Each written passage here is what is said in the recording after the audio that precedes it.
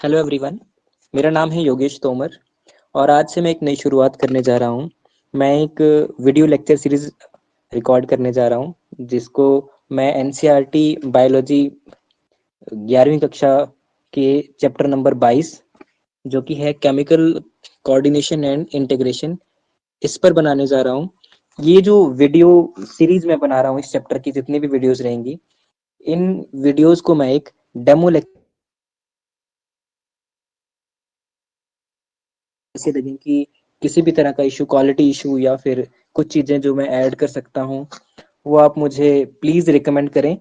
और इसको आप या तो मुझे कमेंट कर सकते हैं, कमेंट सेक्शन में बता सकते हैं, या मैं अपना कॉन्टैक्ट नंबर, कॉन्टैक्ट डिटेल आपको कुछ दे दूंगा। तो आप वैसे भी आप मुझे सजेस्ट कर सकते हैं कि मुझे किस तरह के चेंजेस इन वीडियोस में लाने चाहिए। और अगर आपको इस तरह का कंटेंट पसंद आए तो आप मुझे टॉपिक्स भी बता सकते हैं कि किन टॉपिक्स पे मुझे आगे काम करना है और इस तरह की वीडियोस बनानी है। तो आप सभी से रिक्वेस्ट रहेगी कि इसमें जो भी ये जो लेक्चर सीरीज है, इसमें जो भी आपको कमियां या जो भी इम्प्रूवमेंट आप चाहते हैं मुझसे, तो आप मुझे प्लीज रिकमेंड करें। सबसे पहला क्वेश्चन जो हमारे दिमाग में आना चाहिए वो है कि what is chemical coordination and why it is required. तो केमिकल कोऑर्डिनेशन समझने से पहले हम समझते हैं कि कोऑर्डिनेशन क्या होता है। तो coordination is the process through which two or more organs interact and complement the function of one another. So here we are talking about chemical coordination. अब chemical coordination में शब्द आपके पास जुड़ जाता है chemical, तो इसका मतलब है the involvement of some chemicals for the coordination among different organs of the body. Chemical coordination is required by body because nerve fibers do not innervate all the cells of the body. तो ये Y का answer है यहाँ पर। Why it is required, हमारे पास neural control system है तो हमें केमिकल कोऑर्डिनेशन की क्या जरूरत है। न्यूरल कोऑर्डिनेशन हो तो रही है, तो इसे हमने अभी आंसर किया। जो ये है कि केमिकल कोऑर्डिनेशन इसलिए जरूरी है क्योंकि जो नर्व फाइबर्स हैं वो हमारी बॉडी की हर एक कोशिका तक नहीं पहुंच पाती। तो जो ये केमिकल कोऑर्डिनेशन का जो फंक्शन है, it is carried out by hormones. और ये हार्मोन्स कहाँ से सिक्रेट होते हैं? एंडोक्राइन ग्लैंड से। अब एंडोक्राइन समझते हैं, तो यहां पर हम देख सकते हैं glands of human body. Human body में तीन तरह की ग्लैंड्स होती है: exocrine glands, endocrine glands and heterocrine glands. So first of all, exocrine glands क्या होती हैं? These are the glands that have ducts for secreting their secretions. अब ये वो ग्लैंड्स हैं जो अपनी सिक्रीशंस किसी डक्ट में सिक्रीट करती है, जैसे कि गैस्ट्रिक ग्लैंड्स।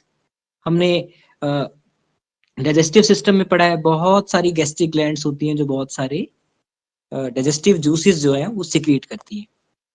दूसरा होता है एंडोक्राइन ग्लैंड। अभी एंडोक्राइन ग्लैंड क्या है? ये वो ग्लैंड्स हैं which do not have ducts, तो ये डक्टलेस ग्लैंड्स हो जाती है और इनको एंडोक्राइन ग्लैंड्स को डक्टलेस ग्लैंड्स भी बोलते हैं। इनकी सिक्रीशंस जो होती हैं इनको हमने हार्मोन का नाम दिया है। तो ये जो एंडोक्राइन ग्लैंड्स हैं, इनका एग्जाम्पल हमारे पास यहाँ पर जो हमने दिया है वो है थायराइड ग्लैंड। तीसरा जो है वो है हेटेरो हेटेरोक्राइन ग्लैंड जो है वो है इन दोस्टर, आप इस तरह से बोल सकते हैं, these having both exocrine and endocrine tissues. Example आपके पास रहेगा पेनक्रियाज। अब पेनक्रियाज को आपने इन्वॉल्व होते देखा होगा डाइजेस्टिव सिस्टम में भी, और ये कुछ हार्मोन्स भी सिक्रिएट करता है, शायद आपको याद हो, इंसुलिन और ग्लूकागोन।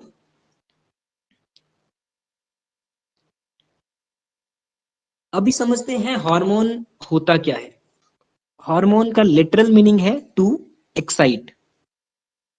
तो ये क्या करता है, किसी पर्टिकुलर बॉडी ऑर्गन के पास जाता है और उसे एक्साइट करता है किसी काम को करने की।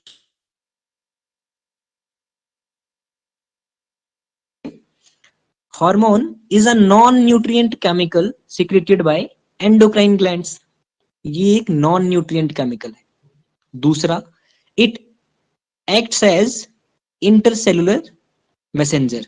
ये दो सेल्स के बीच में मैसेंजर्स का काम करता है। तीसरा, जो कि बहुत जरूरी है, वो है it is produced in trace amount. ये बहुत छोटे छोटे अमाउंट्स में प्रोड्यूस होता है, बल्क में प्रोड्यूस नहीं होता है हार्मोन। अब हार्मोन के बारे में थोड़ा सा ये भी जान लेते हैं कि किसने इसको डिस्कवर किया था। तो यहाँ पर आप देख सकते हैं, William M Bayliss and Ernest H Starlink.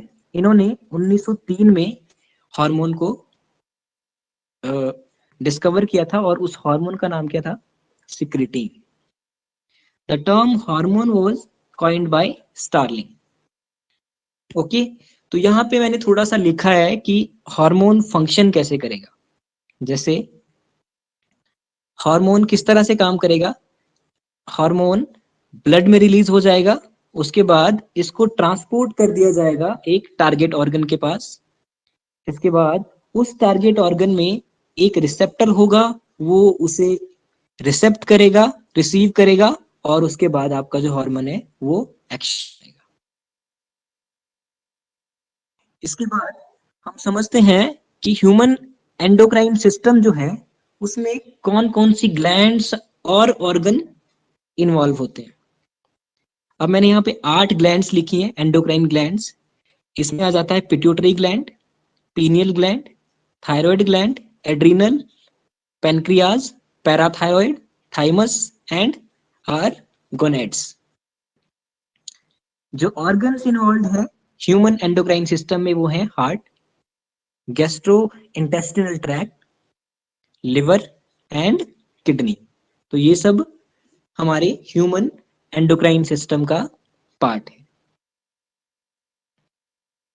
अभी हम एक बहुत इंपॉर्टेंट ऑर्गन देखने जा रहे हैं, वो है hypothalamus. Hypothalamus is the basal part of diencephalon brain. ये ब्रेन का बेसल पार्ट होता है। इसमें क्या होता है, इसके पास न्यूरोसिक्रेटरी सेल्स होती हैं जिनको हम न्यूक्लियाई कहते हैं, और ये क्या करती हैं, हार्मोन प्रोड्यूस करती है। ये ऐसे हार्मोन होते हैं जो क्या करते हैं, ये हार्मोन हमारी पिट्यूटरी ग्लैंड को रेगुलेट करते हैं। इन हार्मोन की सिंथेसिस होती है हाइपोथैलेमस में, और ये किस लिए होते हैं, ताकि ये पिट्यूटरी ग्लैंड जिसको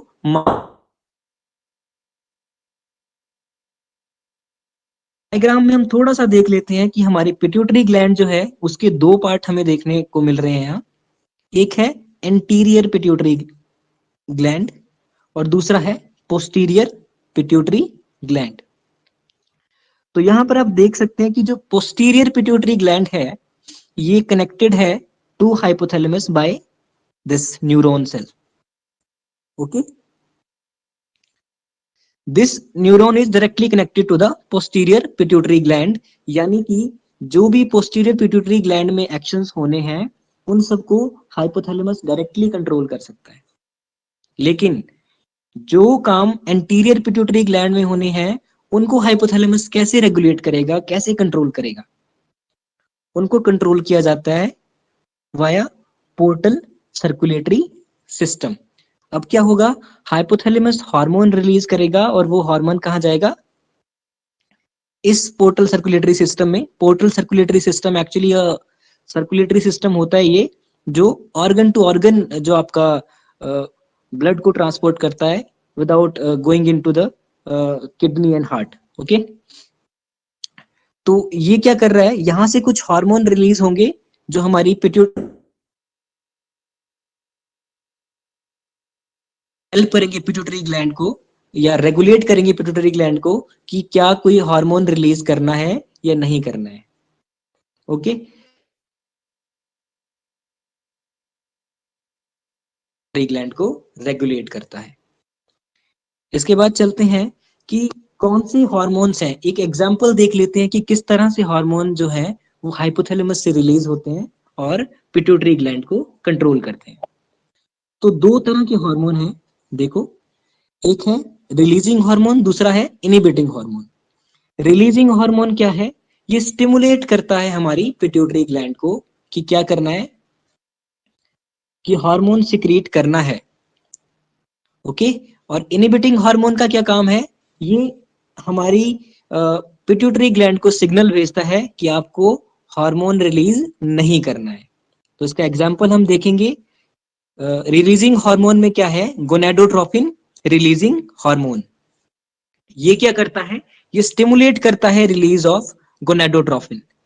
अब यदि ये हार्मोन हाइपोथैलेमस से पिट्यूटरी ग्लैंड के पास जाता है तो ये क्या करेगा? पिट्यूटरी ग्लैंड को स्टिमुलेट करेगा कि आप गोनेडोट्रोपिन हार्मोन को रिलीज कर दीजिए, सिक्रीट कर दीजिए।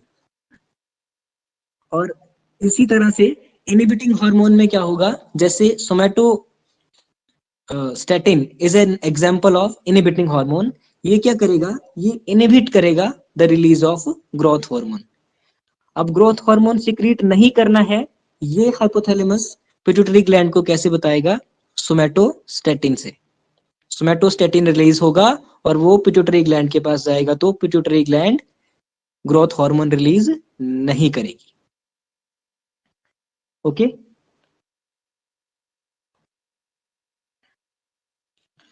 तो thank you everyone for your time. आज हमने पहले से थोड़ा सा सिर्फ एक ओवरव्यू लिया है चैप्टर का, और इस तरह का कंटेंट यदि आप लोग और चाहते हैं या आपको इस तरह का कंटेंट पसंद आए तो आप मुझे कांटेक्ट कर सकते हैं वाया दी।